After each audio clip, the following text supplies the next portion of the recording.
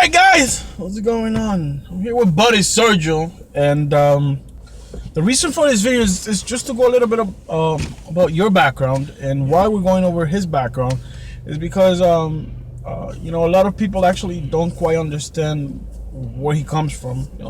I don't know if some of you may know that he's Cuban, but maybe you could tell us a little bit about Cuba and yeah, why. how everything started, and also because you guys see that I do a lot of videos, and then you see a video about MMA, then a video about Kung Fu, then a video that I may be teaching something of karate, and it's fair for me to explain. I mean, that sometimes tends to confusion. Some people even complain.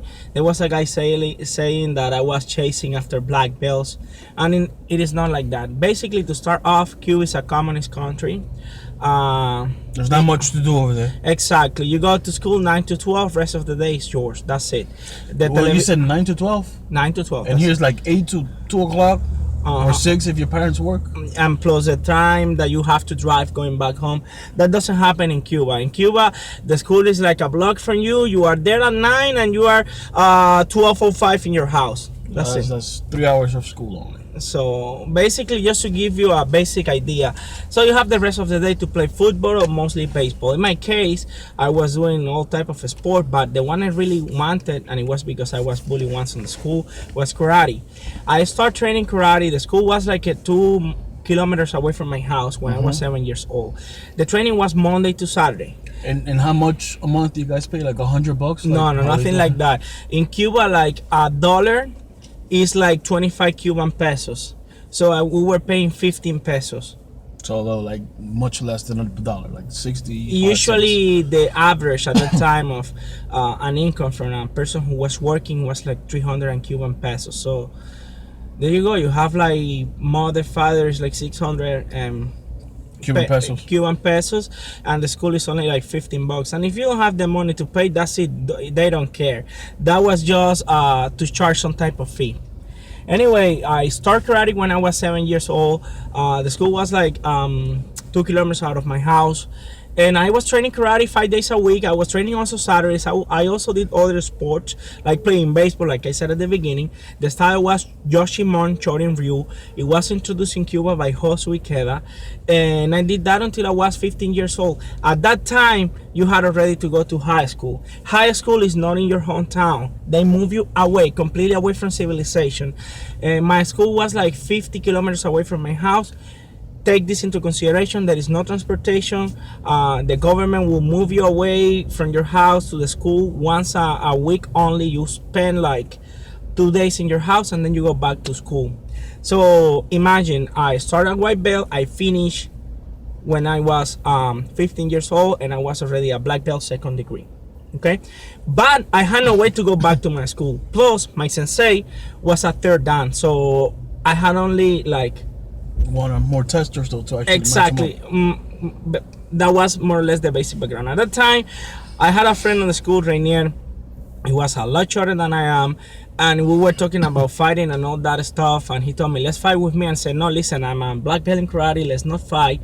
I may hurt you." Showing off. No, basically just warning. Why would I fight with somebody who doesn't know? Exactly. I mean, just for security, for safety. Make story short, he beat me up badly. I wasn't able to touch him, and take into consideration has gone at that time to several competition year after year. You go to the municipals, then you go to the state, to the statewide, and then you go to the nationals. Okay. At that time, I never won a national championship, but I did went to every year to 2, 3, 4 competitions. Karate was lacking of like a lot of self-defense, was lacking of ground fighting. My friend, the one who taught me, knew Pak Washan, and he also had some basic skills on Nampai. He started teaching me that for 3 years straight, 5 days a week. Sometimes I would go to his house. In the weekends, I stay in his house. What was his degree? No, there was no degree at that time. There was no degree in Pak Washan? No, just a style. From scratch, you don't know anything, to you know everything. If you could compare that into karate, let's say, what belt or what ranking would you give it if it could be compared? I would say I completed the style, and I haven't completed the style in karate, but I have enough data to say this. I had a really good base in karate. I knew all the basic skills, like all the kicks and punches and basic blocks. And I would say that 3 months of contact that I got from Kung Fu was the equivalent of 7 years of karate. Crap. So plus I had a lot of more defenses, and he showed me a lot of ground fighting. He was really, really good. I started looking to see if what I was learning was really good, and I started looking for people saying, hey, can we try out what I have? Let's see if my style works against you. So at that time I fought against professional boxers. I had a street fight. It was, you can call it a street fight, but it was something like regulated, but everything was valid. The whole town watched the fight. With a big guy. He was a professional boxer. We used to call him the Moreno. Can you translate that in English, Moreno? The black guy? It's not exactly. It's not Moreno, like I'm a Moreno. It's, but it's like you call it dark skinned. Dark skin. More something like that. I beat him badly. The whole town watched the fight. It was amazing. And he was a bully too, by the way. He was bullying people because he knew boxing. He was strong. He moved out of town and everything after that. I think his reputation was lost because of that, because I was a good boy, a good guy. So then I finished high school. I keep in touch with my friend Rainier, but I have to move out to the city, to the Havana city. I was living in the, let's say, in another state that belongs to Havana, but not in the actual city. My parents they split when I was a baby. One is from Melena, and the other one are from, my father was from Havana City. So I moved to Havana City to go to the university. There I started training in the Chinatown in Cuba. It was Wushu. It's kind of like a Kung Fu, but more athletic. I did it like for 3 years, and I started training 2004, almost 2005. Didn't know anything else. How old were you by then? I think I was like 20, 22, 21, more or less. Okay. So when you started practicing Wushu. So you went from in Pacua, you did it for what? 3 years. 3 years. Okay. 3 years, but then I keep training the same stuff like for a year and a half more. Okay, but that's in the streets and just basically applying. Applying and gather. practicing again and again and again the same things. And I was learning Wushu. It was more like, I would say, athletic. It has a lot of self-defense and stuff, but it was more athletic. There was no sparring at that school. But in the Bagua, it was an internal and external style. I learned a lot of stuff that I haven't seen online yet. And then I moved to the USA, and I was bored. And the first 2 years, I was looking for a job, trying to survive. He offered to kick my ass. That's how we met. Very fucking arrogant prick. But it was a joke. Anyway, what I was saying is I was looking to start training again, and around 2011, I think it was, I started training Kempo with Ricky Yanusos.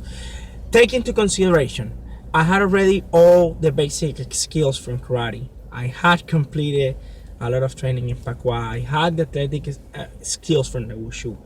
It didn't take me much to complete Kempo. Plus, it's a striking art. It's not like something completely different like wrestling or Brazilian Jiu-Jitsu. It was very similar. I had to do some little modifications, learn the form. I completed the American Kempo like in a year and a half. And at that time, start hearing people saying that Kung Fu was bullshit online, left and right. So I wanted to test myself, and I went to an MMA school, American Top Team, in Kendall, here in Miami. So I signed up, I paid my fee, I met Cesar, I met Robin, I met everybody. The first day I knocked out one of the guys. I won't say the name because if I pro. Everybody knows who he is here in Miami, my friends, but he was an MMA fighter, a pro fighter. Knocked him down in less than a minute and a half. So my Kung Fu work, I keep training, I learn a lot. They show me striking skills from Muay Thai. They show me... This is that you learn more striking skill from Muay Thai at American Top Team. American Top Team. They show me wrestling to take the person to the floor, and in the floor they show me submissions from Brazilian Jiu-Jitsu, but it was based on MMA. So you just don't do an armbar. You will follow through with punches. You set it up and then you do the armbar. Just to give an example. Did the knowledge that you gather from Kung Fu and a little bit of ground fighting that you learned on Kung Fu, was it similar to what you learned in American Top Team, or was it a brand new concept for you? In my opinion, the striking I have was way better than the one. MMA, but how about the grappling? No, it was amazing. I learned a lot of more stuff because the thing is, it's more sport oriented. The kung fu was, I go to the ground, I try to do an armbar, I break your finger, I gouge you, I bite, and then I do whatever technique. And it was most escapes. In kung fu in the ground, I am not trying to submit you. I'm trying to kill you. I'm trying to grab your balls. I'm elbowing you. I'm breaking your fingers, pulling your hair. This was more like sport oriented, but I see the mix. I mean, it was amazing to incorporate that. Amazing. One of the best experience I had. Plus, the cardio that they make you go through is crazy. You have to fight with big people that are right now in the UFC, that they are my friends. Some of them are even in Facebook. I have their personal numbers. I train with them. I help them out, some of them to their fights. I mean, because you have to spar with them. And for instance, there was a big guy, I won't say the name, who was going to spar a big UFC guy from karate. And since I had a background in karate, I helped him out. I was his sparring partner. I showed him how to overcome a karate fighter. More or less, I was a background. Then I was training all that time that I was in American Top Team from 2012 to 2015. I was training Saturdays, Shaolin Kung Fu with Alex Molina, my Sifu, my friend. More or less, that's the background, guys. I wanted to give you an idea why you see sometimes I do videos about. So basically, a short summary. You come from Cuba, which is a communist country that very much supports sports, as we've been able to see. I mean, we have great Cuban swimmers, great Cuban boxers. Check the Olympic record. Exactly. See what place we are in America. Exactly. So, in perspective, is you had a country where you had not much to do. Even your study time, or here in the United States, 6 hours, something like that. Mm-hmm. Over there is only 3 hours. So the time that you didn't put into studying, you put it into sports because there was nothing else to do. We're talking about television was TV, no radio. Television was controlled, actually, not so much, no TV, but you basically took the time that somebody here in the U.S. takes to entertain themselves. You took it to learn, to train. Basically, martial arts. I've been attacked in the street several times. I have the scars. I was stabbed by the back. I fought somebody on the street once. I won the fight. I tried to stop. I used my de-escalation skill. As soon as I turned my back, he went to his house. He got a machete and he tried to slash my head. I moved away a little bit because somebody yelled and I moved to see, but I have the scar in my back. One day I was driving my car in Cuba. I had a car in Cuba. My family had a lot of money back there, and somebody tried to steal my car. He tried to stab me with a knife. I have the stitches, the marks on my back. I broke his foot. So it's a pretty wild country, I would say. Well, anywhere you go, or back in the time that we were growing up, it was very tough. I think I'm from Dominican Republic, and I also saw things like this in my country. Sure. Check the machete fights in Dominican Republic. Exactly, they're nasty. Knife fights, they're nasty. So, in conversion, or what we should say is, in the Caribbean in general, you do have to fight. Fighting is not taken lightly. It's not taken so much as just a sport. It's not taken so much as a competition. But martial arts is something that you actually do use in the Caribbean to defend yourself. One more thing I should say. Now I'm strong. I do weight training. I have a white box. At that time, bro, I was 120 pounds. I was 18 years old, 120 pounds. 5'8", almost 5'9". How tall are you, also? I'm 5'10". So I'm 5'9", right? More or less. Mm-hmm. 120 pounds, 130 pounds maximum. So imagine, everybody was trying to pick on me. They saw me as an easy target. Exactly. Yep. That's it. So I hope you like the video. This is just to clear up my background. Thank you very much for everything. Some people had a different story in Cuba. That's my story. That's what I went through, and that's it. Okay, subscribe, like, and share. Ask me any questions, and thank you. Should we go beat those guys? No. No. That was in Cuba, not here.